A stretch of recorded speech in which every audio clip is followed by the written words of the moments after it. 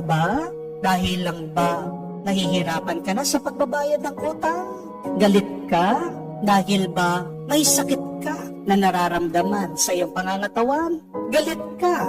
Dahil ba di maayos ang iyong pamilya ngayon? Kapag galit po tayo, ano magandang gawin? Huminto at suriin ang sarili.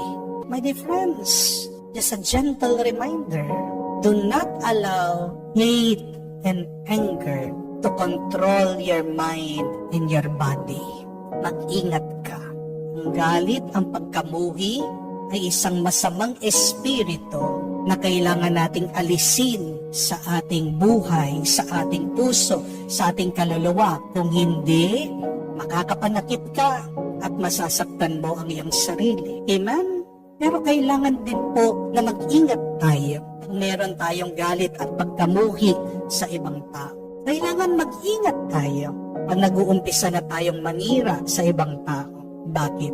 Dahil nakakamukha natin ang demonyo.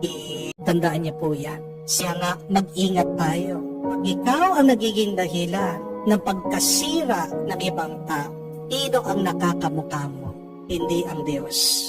Kung hindi ang demonyo. Sino ang gusto niyong makamukha? Ang demonyo? Di ba? Wala naman tao ang gustong matawag o makamukha ng demonyo. Kayo'y mga anak ng Diyos. Huwag nating kalimutan yan. Paano natin maiiwasan ang pagiging demonyo? Simple lang. Sa pamamagitan ng pagmamahal, ng pagpapasensya, ng pagmamalasakit. My dear friends, when you love and exercise compassion every day in your life, you will become like Jesus, like the Lord, like God. Kung araw-araw, marunong kang gumawa ng mabuti, nagmamahal ka, nagmamalasakit, nagpapasensya, nagpapatawad sa iba, sinong makakamukha mo? Si Jesus ang Diyos. Pero kung araw-araw, ikaw ay nagagalit, naninira, nagbababa ng iba, sinong nakakamukha mo? Hindi ang Diyos, kung hindi ang demonyo. Napakagandang tandaan din po, mga kapatid, na hindi ka bumabango kung sinisiraan mo ang mga tao. Amen? Hindi ka mataas kung binababa mo ang iba. Hindi ka nagiging mas mabuti kung ginagawa mong masama ang iba. Gusto mong bumuti ang iyong buhay? Gusto mong bumango ang iyong pagkatao? Gusto mong umangat ang kabuhayan mo? Huwag kang maninira ng ibang tao. Amen?